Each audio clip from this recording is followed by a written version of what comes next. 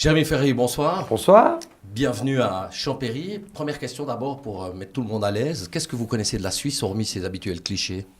Rien du tout. C'est vraiment une grande découverte. Non, mais on connaît rien d'un pays quand on n'y habite pas, à part les clichés. Donc, non, moi je connais. Mais en fait, le truc, c'est que moi je connais surtout ces régions parce que j'ai l'habitude d'aller en vacances. Enfin, je suis allé de l'autre côté, fois je suis allé au lac de Côme, donc du côté plutôt italien. Mais j'aime bien la région parce que j'adore la nature. Donc, si vous voulez, pour moi, ça correspond exactement à ce que j'aime parce que j'adore les lacs et les montagnes. Donc, si vous voulez, la Suisse, ça correspond tout à fait au genre d'endroit où j'aimerais habiter. Après, évidemment, on connaît toujours un pays par ses clichés, mais en même temps, ce ne sont pas des mauvais clichés. Les montagnes, la gentillesse des gens, les impôts, tout ça, c'est plutôt positif. Donc, il n'y a pas de mal à avoir des clichés. Est-ce qu'on peut dire qu'à l'image d'Obélix, vous êtes tombé un peu dans la marmite de l'humour dès votre plus jeune âge, pour vous détourner aussi un peu des chemins scolaires traditionnels? Vous n'étiez pas très adepte? Non, j'étais pas très à l'aise à l'école. C'est pas quelque chose qui m'intéressait beaucoup. Mais c'était plus parce que je voulais apprendre par moi-même. J'avais beaucoup de mal avec l'autorité en fait. Donc j'ai gros souci avec l'autorité, beaucoup de mal à ce qu'on m'impose de lire des choses et surtout de m'imposer une pensée en fait. J'avais vraiment l'impression qu'on m'imposait une pensée. Ça me gênait beaucoup. Alors à l'âge de 17 ans, c'est le départ en Champagne-Ardenne avec un premier one-man show de sketch en sketch. Qu'est-ce qui vous reste de cette époque? Il me reste, ce sont mes origines, donc c'est quelque chose dont je suis très fier. Je taquine beaucoup la Champagne-Ardenne et les Ardennais, parce que qui aime bien châtie bien. Puis je me moque de tout et de tout le monde, et puis c'est une manière aussi à moi de faire un peu de l'autodérision. Mais j'y garde, c'est toute mon adolescence. Après, je suis parti quand même très jeune, donc j'ai gardé peu d'amis là-bas.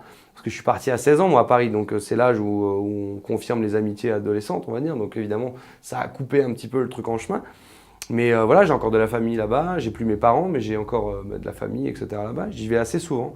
Et j'y suis retourné il n'y a pas très longtemps pour jouer, d'ailleurs. C'était très sympa.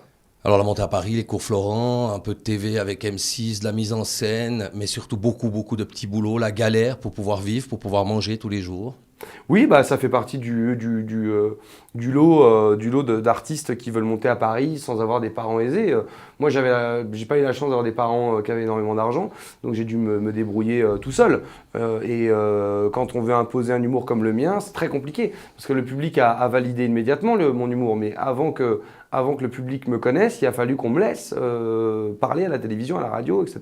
Et ça a mis 10 ans. Et du coup, pendant 10 ans, je louais des petites salles à mes frais de 40 places que je remplissais pas parce que j'avais aucune promo, donc je jouais devant 4 personnes. Et donc ça a été 10 ans très compliqué. Comme je n'avais pas de diplôme en plus, parce que j'avais arrêté l'école, effectivement j'ai dû, comme tout le monde, multiplier les petits boulots pour payer mon loyer et acheter à manger. Ouais. Alors la montée de l'escalier, c'est bien sûr l'émission de Laurent Ruquier, on ne demande qu'à en rire.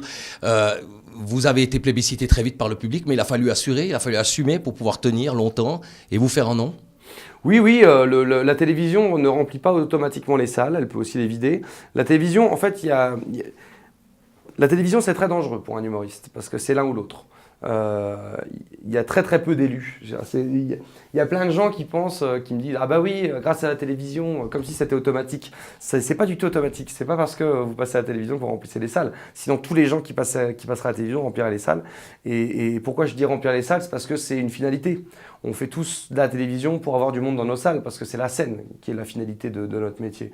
Moi, c'est pour monter sur scène que j'écris et que je fais du one-man show. La télévision, je m'y amuse beaucoup, mais c'est sur scène, je m'amuse encore plus. Et il a fallu tenir parce qu'il fallait être constant, il fallait surprendre les gens à chaque fois, et c'est pas facile de les surprendre pendant 2 ans et demi. C'est aussi pour ça que là j'ai fait une pause de télévision, parce que je voyais plus l'intérêt de continuer à faire ce que je faisais depuis 2 ans.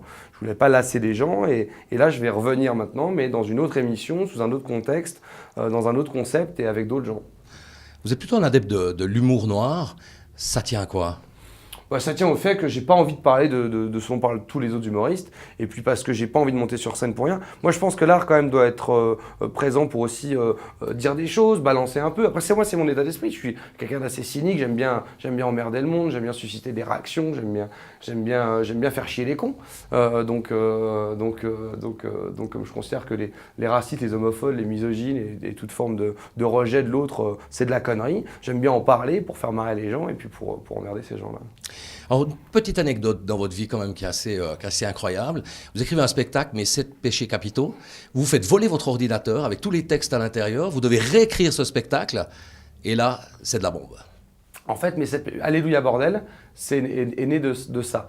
Je jouais mes 7 péchés capitaux, qui était un spectacle qui commençait à parler de religion, mais très peu, depuis 7-8 mois. Et puis j'ai eu une pause de 3-4 mois et pour reprendre dans un autre théâtre. Et comme je n'étais pas très satisfait de mes 7 péchés capitaux, je dis je vais réécrire une nouvelle version de mes 7 péchés capitaux. Je réécris une nouvelle version, ça me met 3 mois.